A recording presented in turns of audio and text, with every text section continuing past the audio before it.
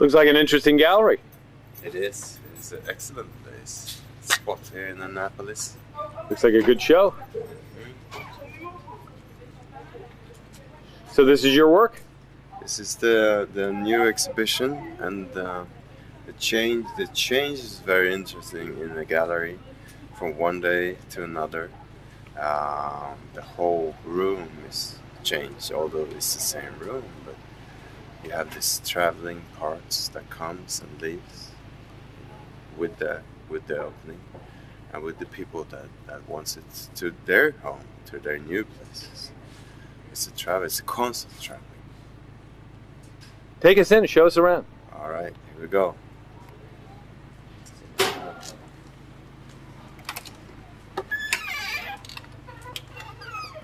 The third Millennium Gallery.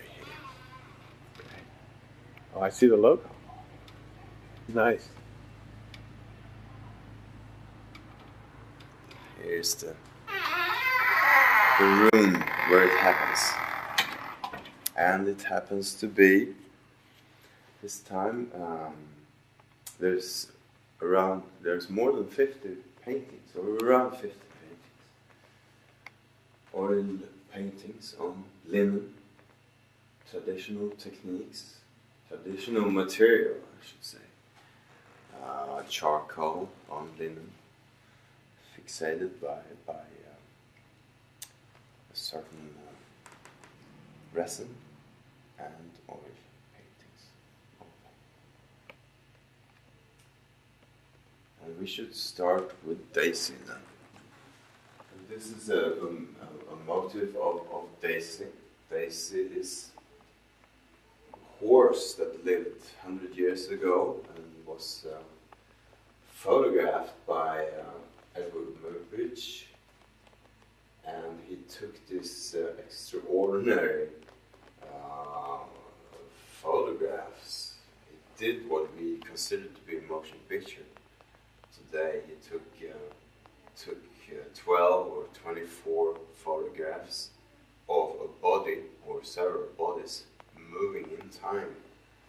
And the cameras were set up so they took a picture after the same amount of time. Sequential photographs that could be put together on a phenakistoscope, which was an early proto-cinematic device that would reveal apparent motion by spinning the disc and looking through a thin aperture. And he would make these drawings based on the photographs that he had taken. Just the way you can write something on a pad of paper and then flip it. A flip book. And yes, right. Get that. Phenakistoscope. Yeah. So this is one of the motives. It's a horse with a rider on galloping. And so what I did is to split up that image in 10 parts. And by doing that, I'm getting a geographical sense of time. And so it's very essential for this piece of artwork to be by the entrance where you move besides this and the whole thing really is and with these different parts of one piece, you can spread them out, put them in another order even. You can spread them out and make them enhance that particular place they're hanging with. So coming to Third Millennium Gallery, it was so nice to find the pillar here that then really shows how these parts can enhance the room. Whatever is in the room, it can enhance it. So this is a time split or a time jump, even though it's physically it's a three-dimensional jump, space jump. It's beautiful. So I love the way that you've actually broken off the head of the horse, in this case, around the pillar. to show that these things can stand alone, and in fact, taken one at a time on their own, they are just an abstract painting. Mm-hmm. If you take any one part but put together, it reveals this kind of wondrous image of based on the Muybridge photographs. So here we have a part of the moon as it is now. Tell me what you like about just the separate, discrete instance here. I'm sorry, I didn't understand. What do you? This is similar in some ways to some of your other paintings in back, where you have a kind of luminescence or luminosity that comes through this shading that you're able to achieve very, very lovely in a very lovely way with the oil paint. It is a fairly thick layer of oil paint, which I start to I use a knife, a palette knife, and put up the oil paint from a motif or in some ways. And when it's up there, it's still wet. It's wet for several days, and how to work it when it's wet. And then when I'm done putting up the paint, the thick layer of paint, I start moving with a brush, a long-haired brush. And I am actually erasing the picture that I painted. And if I continue to erase the picture, it changes, or dissolves, or changes. And then I can add pigment to the paint to the picture.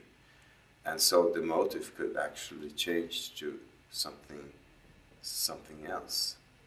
That's a travel. So I want to make my paintings look very fluid and very changeable. That is, they should really look like they're wet still today, although they're dry a long time ago. To have that feeling of reality is always changing to something else. Nothing is stable. Everything's in the act of becoming. And changing. So this is actually done on linen rather than cotton dye. Yes, dye. a very thick linen canvas.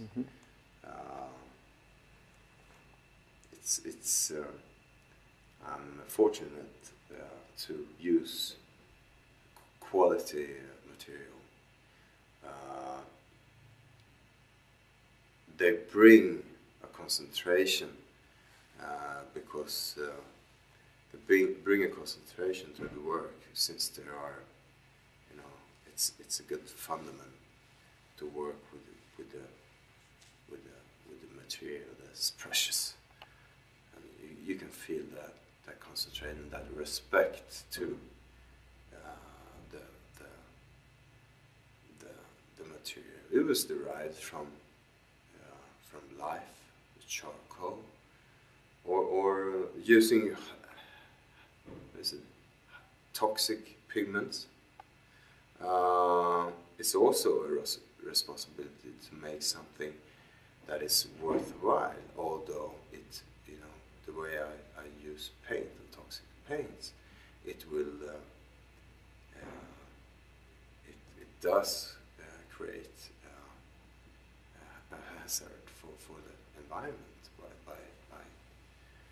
by producing such things. There's a lot of waste when I do painting. A lot of paint goes wasted, and that has to be taken care of, and I'm responsible for the production of it. But I'm conscious of it, and I think it is worth it. To my judgment, it's worth it. So that's Daisy. And it's interesting, Muybridge, just as a sort of a footnote, often when he would have animals studying their locomotion, he would have their handlers also identified. In the case of Daisy, there was a rider who we don't know his name.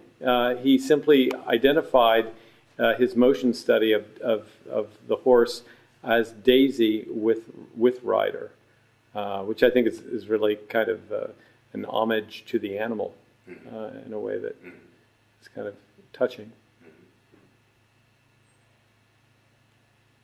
What do you want to talk about next?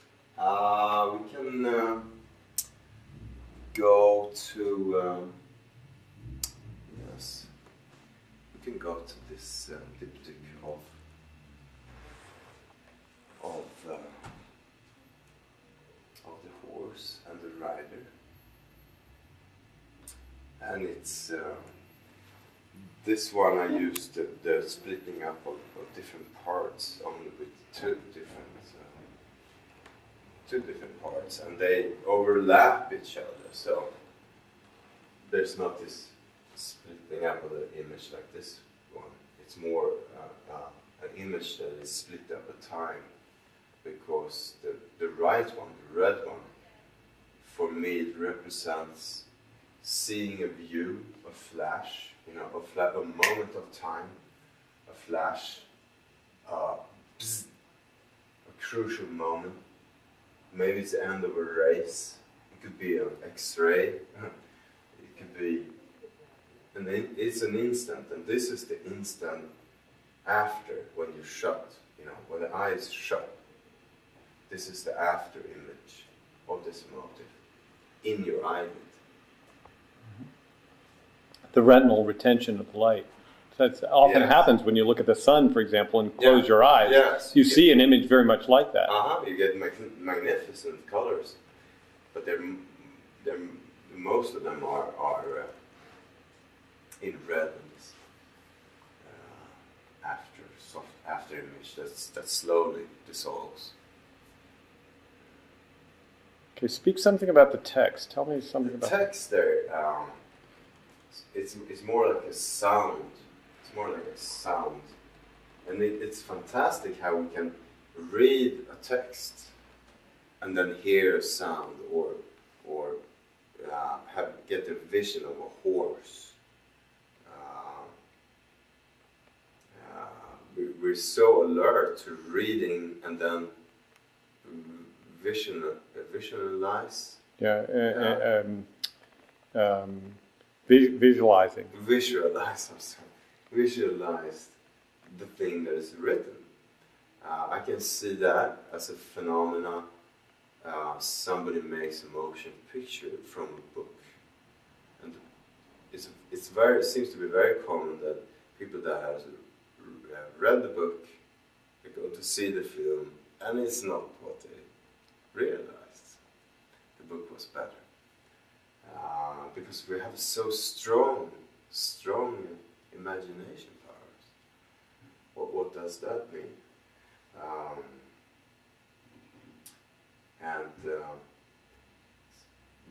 But this text in the way I use it here is it's more like an obstacle to me.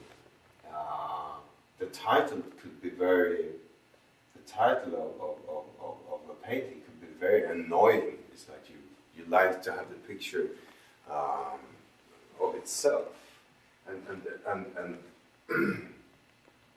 the text, we're so schooled and trained in reading, but it's also obvious for us as